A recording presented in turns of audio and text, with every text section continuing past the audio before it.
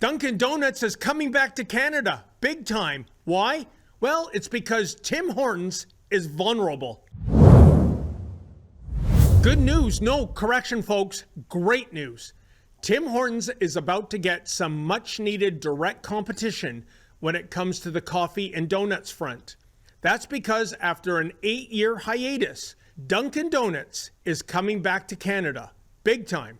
As reported in the Toronto Sun by the superb food professor Dr. Sylvain Charlebois, once upon a time, Dunkin' Donuts was a formidable player in the Canadian coffee and donut sector, especially in Quebec. Dr. Charlebois is the director of the Agri-Food Analytics Lab at Dalhousie University, as well as co-host of the Food Professor podcast, and he's a visiting scholar at McGill University.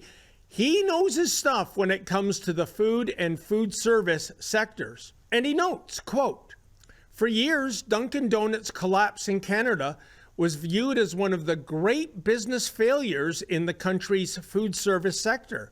Once a formidable rival to Tim Hortons, especially in Quebec, Dunkin' gradually disappeared from the Canadian landscape before officially exiting in 2018. Many assumed the brand was gone for good," end quote. But now comes word that Dunkin' is coming back, and it means business with as many as 700 locations in Canada beginning later this year. The player behind the return of Dunkin' Donuts in Canada is Foodtastic. Foodtastic is a Montreal-based restaurant consolidator that has a reputation for aggressively acquiring and revitalizing brands across Canada. This includes such chains as Pita Pit, Second Cup, Freshie, and Quesada. Dr. Charlebois notes that unlike many foreign operators trying to enter Canada, Foodtastic actually understands the Canadian and Quebec markets intimately. And this understanding is crucial for success. So the question arises, why is Dunkin' Donuts set to return now? Well, in his estimation, Dr. Charlebois says the decision to revive this iconic U.S. brand in the Great White North is all about identifying weakness in our domestic market. He notes, quote, "For years, Tim Hortons dominated Canada's quick service coffee market with extraordinary efficiency. It wasn't just a coffee chain, it became part of Canada's cultural identity. But dominance can create complacency, and the Canadian marketplace today is very different from the one Dunkin' left behind. Consumer loyalty has weakened. Canadians are far more willing to switch brands than they were 20 years ago. Inflation has changed buying habits.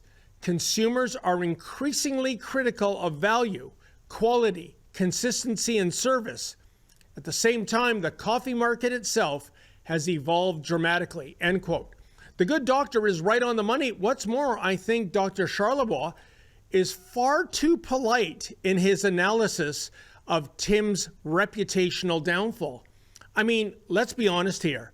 Most of the food stuff Tim Hortons serves up these days is practically inedible. As for the chain's decades-old slogan, "always fresh," well, folks, that's an outright fallacy. Tim Hortons stores used to bake donuts and muffins from scratch, but about 20 years ago, they got rid of their bakers, a decision that was driven by reducing labor costs. Now the stores heat up so-called par-baked items, which are nicknamed frozen pucks. They are heated up in convection ovens.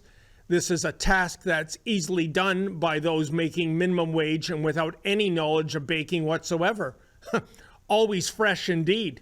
And maybe it's just me, but why do so many Tim Hortons stores seem so shabby? And why are the washrooms so frequently filthy at Tim Hortons? It's like nobody in charge seems to care anymore. Which is why Dr. Charlebois notes that, quote, "Ironically, Dunkin's return may say less about the strength of Dunkin' and more about the reality that Tim Hortons is no longer viewed as invincible. That alone makes this story worth watching carefully," end quote. And I would add that even though Tim Hortons wraps itself in the maple leaf, Tim's is no longer a Canadian-owned chain, but part of a multinational conglomerate. It is Canadian in name only. And I'm sure the man it is named after is rolling in his grave right now. And one last thing. I am now going to give the CEO of Foodtastic 8 figures worth of free consulting advice. If you really want to resonate with Canadian customers who are pissed off with Tim Hortons, here's what you do. Stage a press conference in which you announce that your company plans to hire Canadians to staff Dunkin' Donuts shops, and that you will not take advantage of the temporary foreign worker program.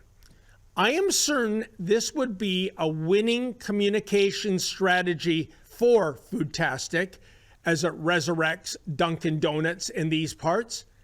And wow, talk about irony in this day and age of elbows up, which is to say, will an American-based coffee and donut chain actually end up being more Canadian than Tim Hortons?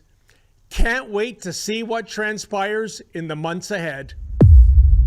Isn't it so sad and even enraging to see what Tim Hortons has become?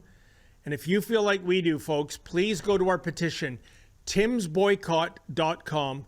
That's timsboycott.com. Yeah, sure, they love selling product to Canadians, but less and less they are actually hiring Canadians, instead taking handouts from the temporary foreign worker program. Please send this company a message. Say that you're done. That's timsboycott.com.